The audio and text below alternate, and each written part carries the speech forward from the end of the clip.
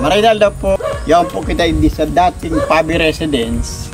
Kung aram po nindo ang Pabi Residence sa kilometro 11.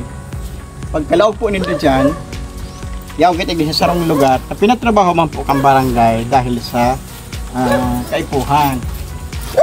Okay, nasa priority. So, yan nagdisi sa to yung Chief Tanod. Chief, ano ang sitwasyon nagdito? Ano ito kaipuhan tayo ining pati ng po? Kahit to kaya, dahil nakakaagid gidi ang mga aki, halos ang tubig di pag-agid. Dahil nakakaluwas, abot yan permis sa tuhod, kaya obligado kang nakabitis kapag luwas TV. Grabing sakit. Ay, okay. So makahirak ang mga aki, lalo ng mga nag-i-reskwila, kaipuhan pa nilang magbitis, tapos pag abot sa balyo, saka pala sila makasapatos. Ano? Pero ngunyan, Chief, ano ang resulta kanin? Halikuton man sana ini, sa totoo lang. Pero kaya katong pagbisita dali pero talaga siya pispan. Nakakali pag-uuli ni Chief kato nakakadag ko sa iyo. Nakakadag ko sa mga tilapia sa dito. Pero ngunyan, dahil nasimento na siya, kalipot lang po siya. And dit sa naman ang ginastos kang barangay digdi.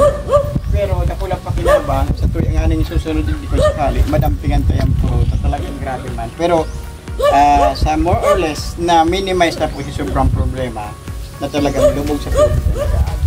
So yan po ang palaog duman sa presidential Chief Tanod. Okay? Marinaldo po sa Indogabos. Yan po gantangon niya sa Yabu. Habang inihiling ta po ini yung drainage na dati arog kani puon pa duman sa pinakapuro kang basketball court sa may palitada. Pero ngunyan po hinihilig ng masumpayan ito. Kaya hali digi sa araw kaning sitwasyon dito.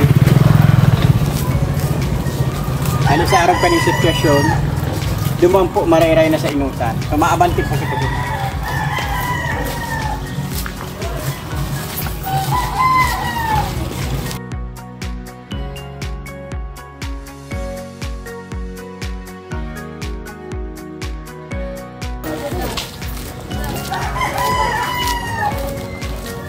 Doon po digdi, mga duman,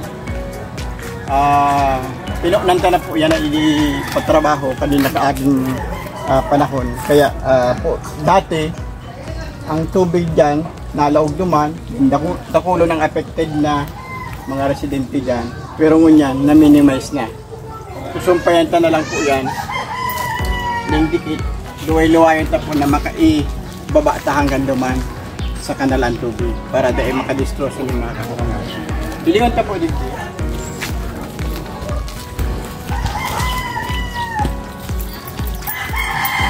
Ini po ang kapalgan sa iyang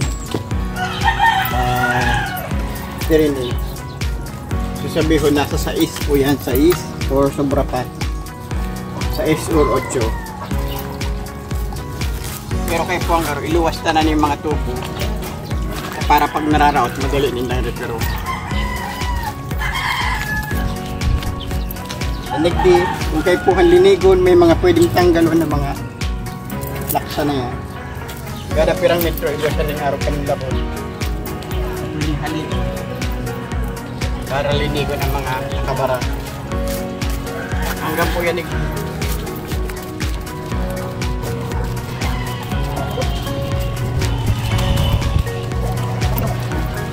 Para po pakinabang po nagdi hanggang duman. Kaya hindi dapat gawin ng screening na kabilya na restrainer para dahil makunugan yung aki kung makasog ang tubig. Delikado yan yun na mamusa. Pinag-request na rin sa nagtrabaho na dapat gawin ng nakalaag na restrainer. So kan mga inot, araw po ka na sitwasyon dyan. Pero ngunyan, luway-luway na ididiretso ta na po ang drainage. So digdi sa Yabo, expected ka po ngunyan na taon na masumpayan ta ang drainage and then may duwang patrok na mapatrabaho ngunyan na taon bago mag-December. Salamat! Marinal daw po, ngunyan niya kita sa boundary kang Carolina Palikwaso. Hindi po takot pa ang zone 6. So yan po kita ngunyan digdi sa sarong tulay na nating naraot. Pinagpakaray po kang barangay, hali sa barangay pan. Uni po digdi. Sa tulay, nag-express po kita mga 50,000. Ito sa 49,000 sa tulay. And then, ayun po. Ngayon po sa dakulan na imbornal, tapos ini po, makapalad po ini, ang nag-usigran ang hipot kaning tulay. Tapos may nakakagila po yung team na matitibay. Na talagang maski truck po ang mag-atras digdi o magpabiri, dahil po magagabaan tulay. At pinagsigurado to na stable ang tulay. Pero right after po kaya matapos ang tulay, ipinagmauta na may diretso po itong dala na yan. Yan dala na yan, isa rin po sa Educare. Ano po?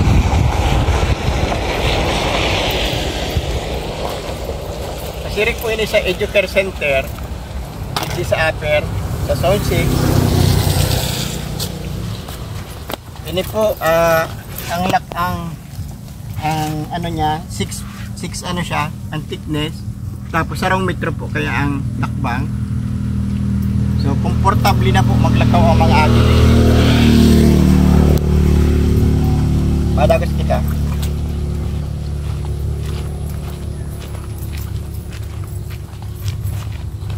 Dati po mahal na sigdi ang agihan. Kaya problema kan mga nag-eskwela dito ng mga aki.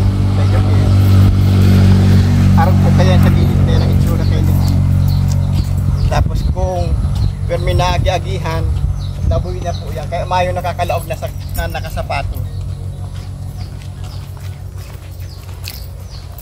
Okay, so ngunyan po, komportable yun na sinda, pati ang motor, kaya makalaog.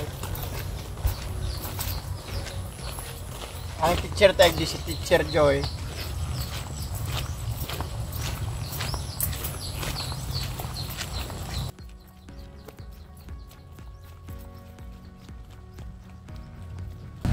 Diretso po ini hanggang sa Educare Center.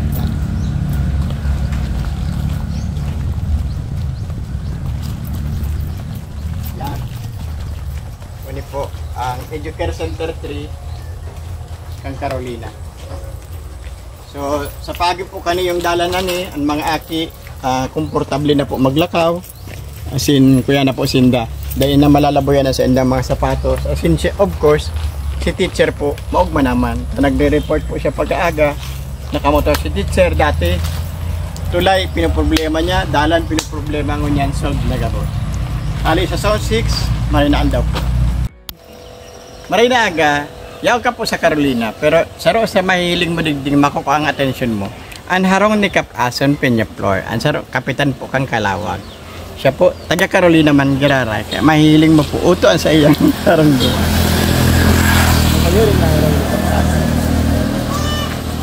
Yan. Kung si Ason, representative kang Liga, I mean siya ang Liga President kang Gabos na Barangay Captain. So, in front ka yan ang Toyota. Ini po ang saro sa pinagpatrabaho ng barangay. Ali sa barangay pa. Ini po palaog sa Enriquez compound.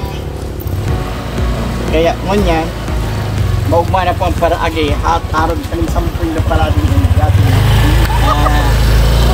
Ano po, ingat. May motor. Ingat. Okay. So dati malabog ang inagi. Komportable na po para sa mga residente dito. Dakol po ining residente na nag-agiliti. Kaya sarok man ini sa priority ta. Dalaw gunta po, mahiling pa ini hanggang pa.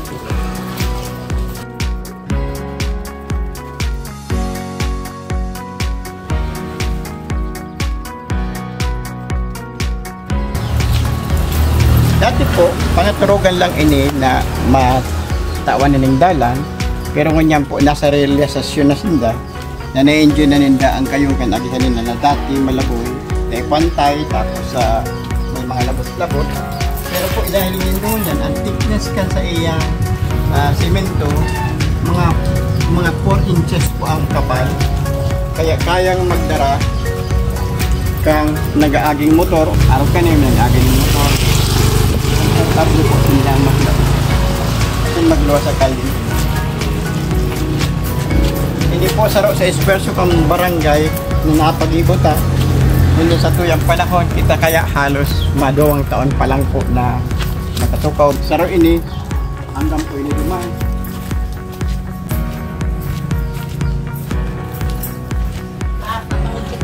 Salamat po. Lagi kami, nagda-document lang kami ng lagi po.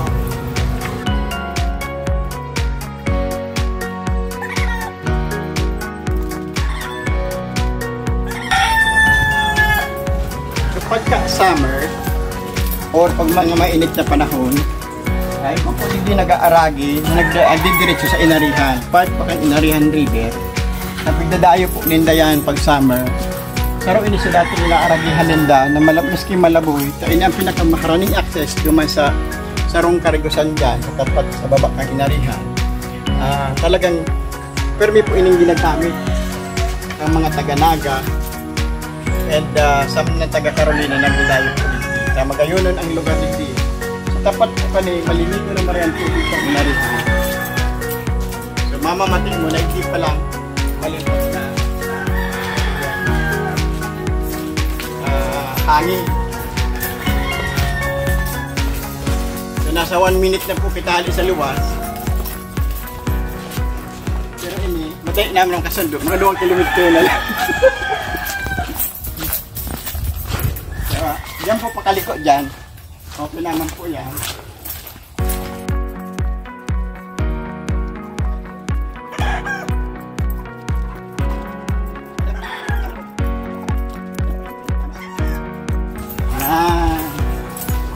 Ini na po ang puro.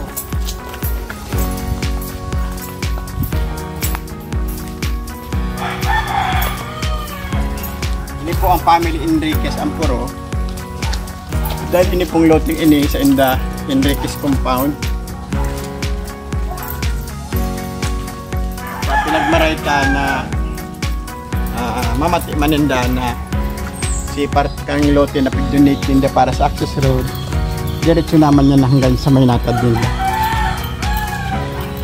Pero, siyempre, itong pasiririn po naman sa Inarihan, hindi na nag-aagi. Pag ire-inatan po dyan, mababa na yan, tubig na po dyan. Inarin part na kang Inarihan River.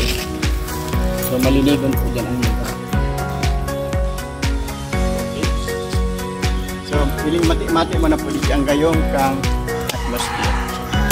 Thank you very much. Hanggang sa muli. Marinal daw po sa inyo. Yaw po kayo kanya dito sa Zone 3. Tubay lang at tumahan sa Mount Carmel. Para ipahiling po sa inyo ang Satuing Project ng barangay. Ini po, pinagkita ang barangay mismo.